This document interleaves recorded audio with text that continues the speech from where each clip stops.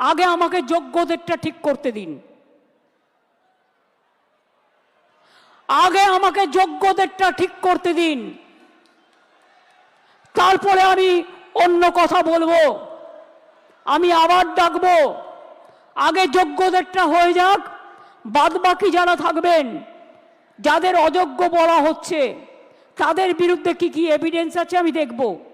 সত্যিই যদি এভিডেন্স প্রমাণিত হয় তারা অযোগ্য, তখন আমার কিছু হয়তো করার থাকবে না ওই ডিপার্টমেন্টে, কিন্তু সেটা নিয়ে আমরা আলোচনা করব পরে।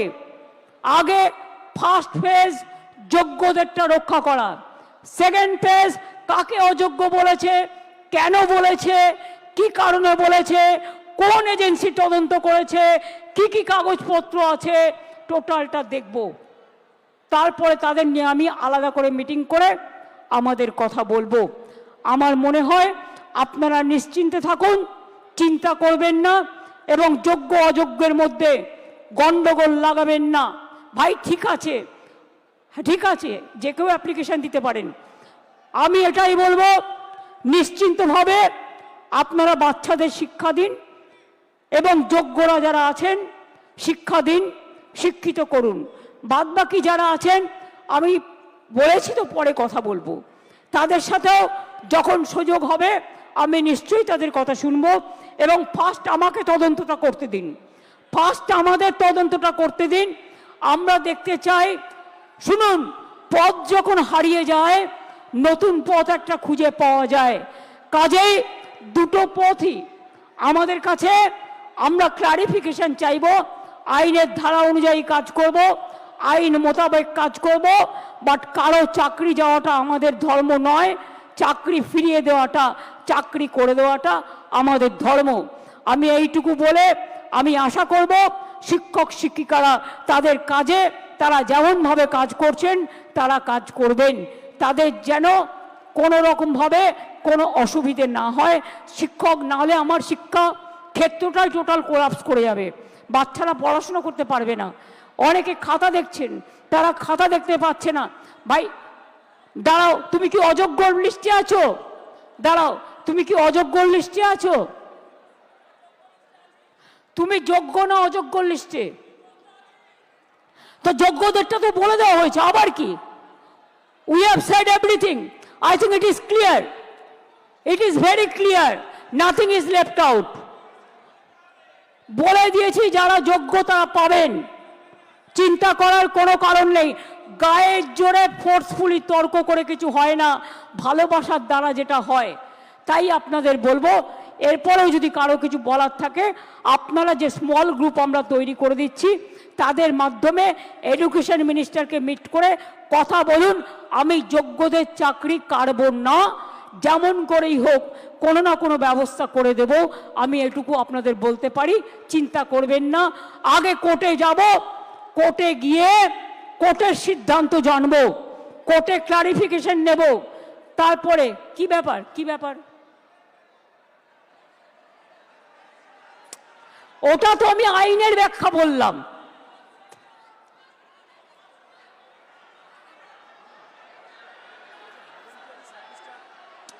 আরে ভলেন্টারিলি বলছি না, শুনুন, আমি কোর্টের ভাষা বলছি। Please understand, now we are under the court verdict and court judgement. আর আপনাদের রিপ্রেজেন্টেশন এখানে আছে। আমি কেন বলছি, কোর্ট আমায় বলতে পারে আমি বাতিল করলাম, তুমি ওদের কেন যেতে বলছো? আমি যেতে বলছি এই কারণে যে যে কেউ সার্ভিস দিতে পারে ফর হিউম্যানিটি, তাদের সার্ভিস কেউ কাটতে পারে না। সুতরাং কোর্টের আইন মেনেই যোগ্যদের জন্য ওদের পথ দুটো খোলা আছে, মনে রাখবেন, কোর্টের আইনেই দুটো পথ খোলা আছে। যারা যোগ্য তাদের চাকরি নিশ্চিন্ত করার দায়িত্ব সরকারের।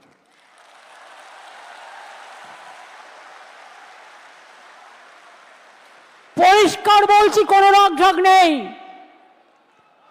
সুপ্রিম কোর্টের আইন অনুযায়ী করব। কিভাবে করব?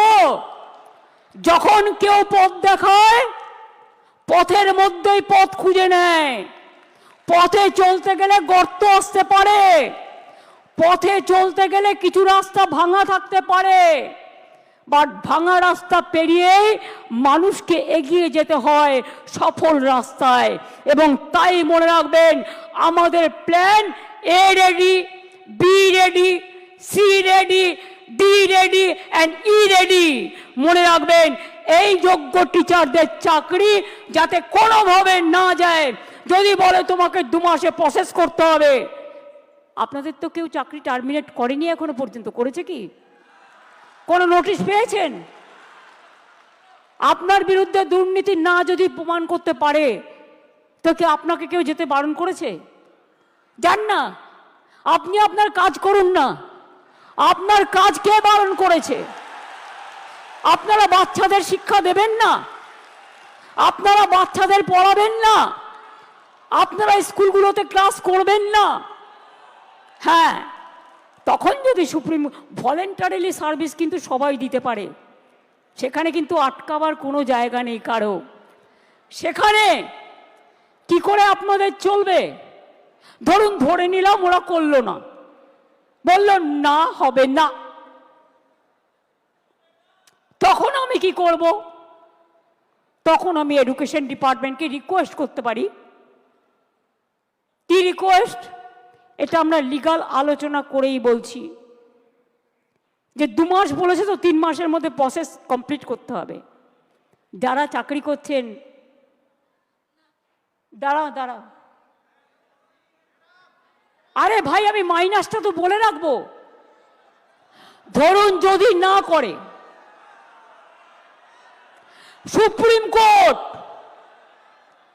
তাহলেও মনে রাখবেন অল্টারনেটিভ যা করার আমরা করব। এবং সেক্ষেত্রে আপনারা যাতে আবার চাকরি ফিরে পান, তার ব্যবস্থা প্রসেসের মধ্যে দিয়েই 2 মাসের মধ্যেই কমপ্লিট হবে এবং আপনাদের চাকরি ব্রেক হবে না। কারণ আপনার এক্সপিরিয়েন্স এবং অ্যাডিশনাল কনসেশন আপনারা পাবেন যারা 10 বছর ধরে চাকরি করছেন। এটা মাথায় রাখবেন।